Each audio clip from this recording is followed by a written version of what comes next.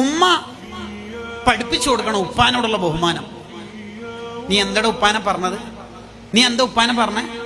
അയാൾ പോയി പണിയൊക്കെ കിട്ടുന്ന നിന്റെ ആ +2 കാലത്തായി ഈ കൊറോണ അതിന്റെ മൂർധന്യത്തിലെത്തുന്നത്.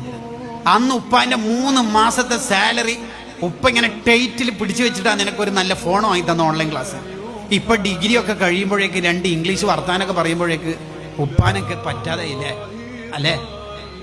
നീ എന്നെങ്കിലും ഒരു ദിവസം വീട്ടിലേക്ക് ഫോൺ വിളിച്ചാല് ഉപ്പ ഫോൺ എടുത്താൽ ഒരു 5 മിനിറ്റ് ഉപ്പാനോട് മിണ്ടാറുണ്ടോ? ഉണ്ടോ? ഫോൺ എടുത്താൽ എന്താ പറയല്? ഉമ്മില്ലേ അതിനെ ചോദിക്കല്.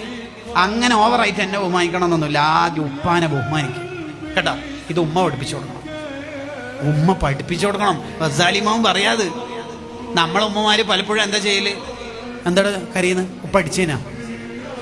സഹിക്കും മോനെ, ഉമ്മ 25 കൊല്ലായി നിന്റെ ഉപ്പാനെ സഹിക്കുന്നു. Very good. എങ്ങനെ ഈ കുട്ടി നന്നാവുക? ഉമ്മ പഠിപ്പിച്ചു കൊടുക്കണം ഉപ്പാനോടുള്ള ബഹുമാനം.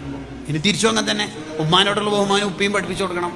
നീ ഉപ്പാനെ കാണുമ്പോൾ ഭയങ്കര പേടി, ഉപ്പ നാട്ടിൽ വരുമ്പോൾ ഭയങ്കരമായിട്ട് ജമാഅത്തിന് പങ്കെടുക്കൽ. ഉമ്മാനെ തീരെ വിലയില്ല അല്ലേ? ഒരു ടൂറിനൊന്നും വേണ്ട, ഉമ്മാനെ പൊരുത്തം വാങ്ങിയിട്ട് മതി ബാക്കി. നീ ആദ്യം ടോയ്ലറ്റിലേക്ക് പോയിട്ടല്ലടോ ഈ കാഷ്ടിക്കാനും മൂത്രയ്ക്കാനും പഠിച്ചത്. അന്ന് ഈ പമ്പേഴ്സ് ഒന്നും ഇല്ലാന്ന്. ആ മടിത്തട്ടിലവിടെ മൂത്രയ്ക്കാനും കാഷ്ടിക്കാനും പഠിച്ചേനെ നീ.